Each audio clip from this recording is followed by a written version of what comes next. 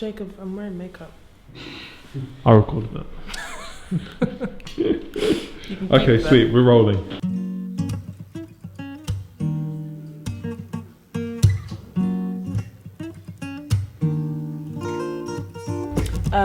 I grew up in a musical family. My mum sings, my dad plays the guitar and the drums, and so it's just something that sort of grown up around, and so that inspired me to continue making music myself. Okay, so you would say that's your first memory about music?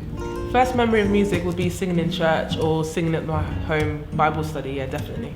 So for me, it was pretty much similar. My dad's a musician.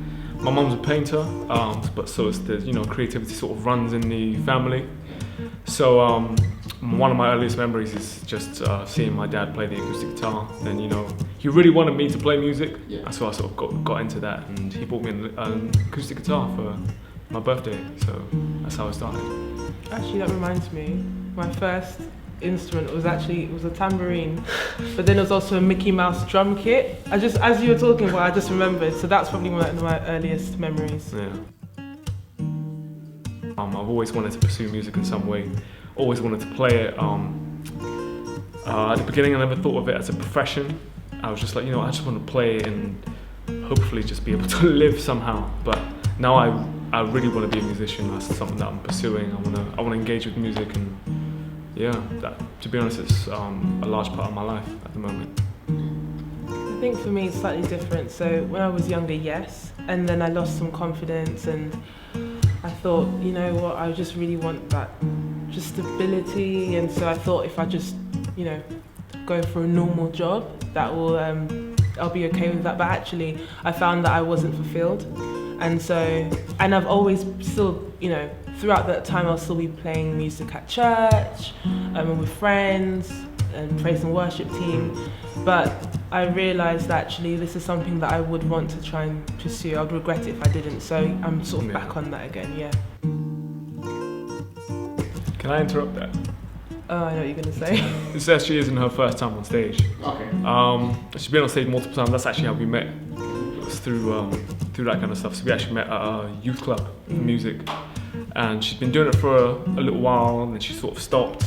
So I guess you could say it's the first time in a very long time. Quite a long time. Yeah. So thank you. Yeah. So I think it was just the lack of confidence. I remember doing something in secondary school and singing my heart out, and somebody telling me, "You don't really sound that good," and that always stuck in my mind. No matter how many people say, "Oh, that's a really good job," I always listen to the negative voice, and that was quite difficult to try and train myself to not listen to. Also, just my own feeling of inadequacy, because there's so many talented musicians out there. But actually, I think I had to realise that I'm not out here trying to be the best. There's always going to be someone better than me, but I just want to be me and express what I have to say. I said before that I knew that I would live to regret it if I didn't at least try. So it's like now or never, really. And of course with Jacob as a support system, it's really helpful because he just pushes me to do it, basically. And also having deadlines. So Psalm Lounge, the songs that we did at Psalm Lounge is the first songs I finished writing, ever, because I've never actually needed to finish writing something beforehand, because there's no audience will be there, people are waiting to hear something, and actually that sort of pressure was really, really good. So that's me. Well, fear is a barrier, and overcoming that can be quite difficult, especially feeling like you're not good enough. I think that's something that hits all of us as musicians. And I think once you sort of overcome that and realise, I'm never going to be the best, there's always going to be someone better, but I should strive for excellence as a musician. I should strive for the best that I can personally be, and hopefully bless someone, with the music that I create. I feel like what we're writing is just, a lot of it's coming from personal experiences. So these are my thoughts, these are, you know, reflections on particular issues. So yes. In the style of music, you make it funky. So I would say yes, in that sense. You're right. But yeah. For me, just groove. Yeah. I love groove, and anytime I'm able to, you know, implement some of that, I feel like that's my true self is being reflected in the songs that I'm playing. I'm sure you realize. I love that, and I do want to show myself. I think, again, I'm not a master musician or anything, but I do think there's something that I have that some musicians don't. You know, I think there's a uniqueness about me. There's a uniqueness about Zoe. There's a uniqueness about every single musician out there. And, it's cool to show that. I think that's what makes us individuals. You know. Yeah, definitely. And that's what people gravitate towards. It's just like it's the little nuances, the little differences between. So I very much like my identity to be shown through the music I play. Yeah, I think following on from that, I think we're saying things that we believe in or that we've experienced, sharing things from our perspective, playing music and compromise, like, you know, so I have music that I like, music that you like, and we try and mash it together, and that's what comes out. And there's still a journey with that. We can still progress and develop and find more things that we like, more things that we're inspired by, but also our own, like, the dynamics of our own, like, partnership in the band. It's one way to put it. So that comes across as well, I think, with some of the performance with the what's the word, begins with a C, chemistry. So yeah. So actually, I don't usually listen back to them because there's something about hearing your own voice that can be a bit cringy. Yeah. However, I will say that's usually, the last Sound Lounge in particular, I was actually quite pleased with that. I did listen to that to try and make notes. So I'm feeling a bit more at ease with listening to the voice, getting used to what it sounds like, because sometimes, you know, my speaking voice, it sounds one way to me. When I hear it back, I'm like, whoa, is that really what I sound like? So I'm actually becoming quite, like, more comfortable with it. And I will say, one of the things that we said we wanted to do this year was to record some of our songs. Yeah. Like, I think we said 2, that was our goal. And now through Sound Lounge, we've been able to have, like, capture at least quite a few, actually. 3 at least. And so I only realized, thought about that the other day. And so it makes me feel quite, we did what we set out to do this year. So I'm really grateful, actually. What are you?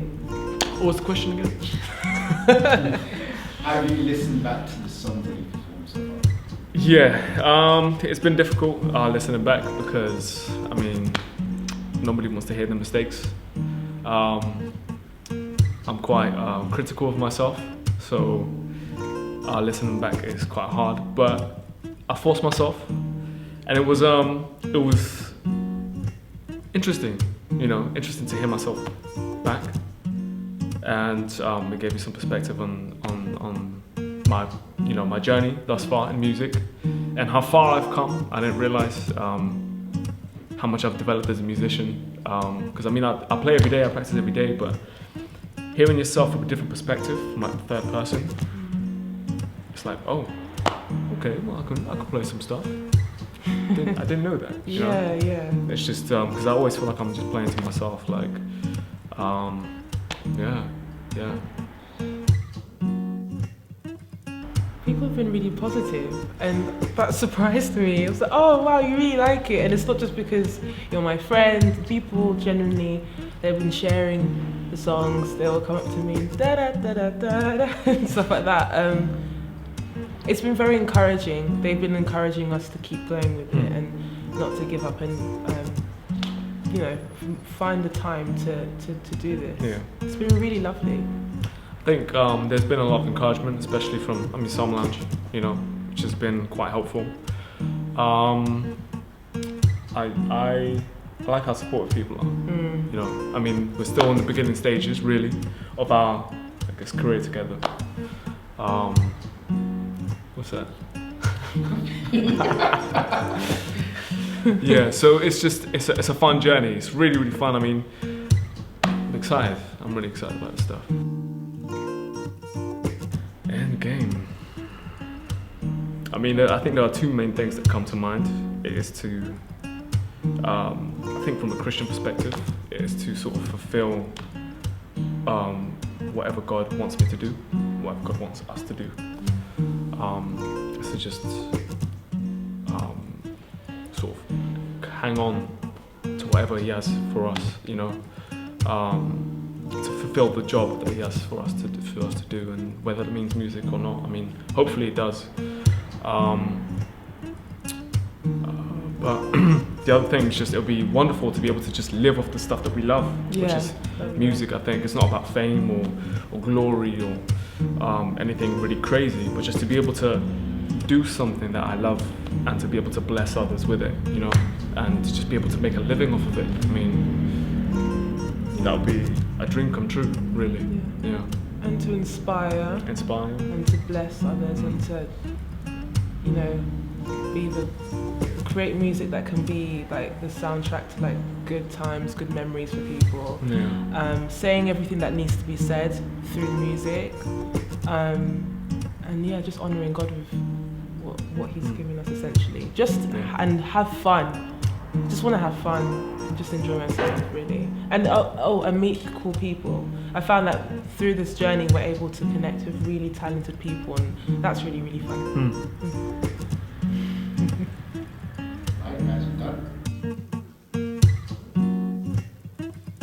Guys, I thank you for watching this video, and if you want to see more, please press the subscribe button or the logo. And if you enjoyed this video, please press the like button, leave a comment below, and be sure to share with friends and family. Show me how to love.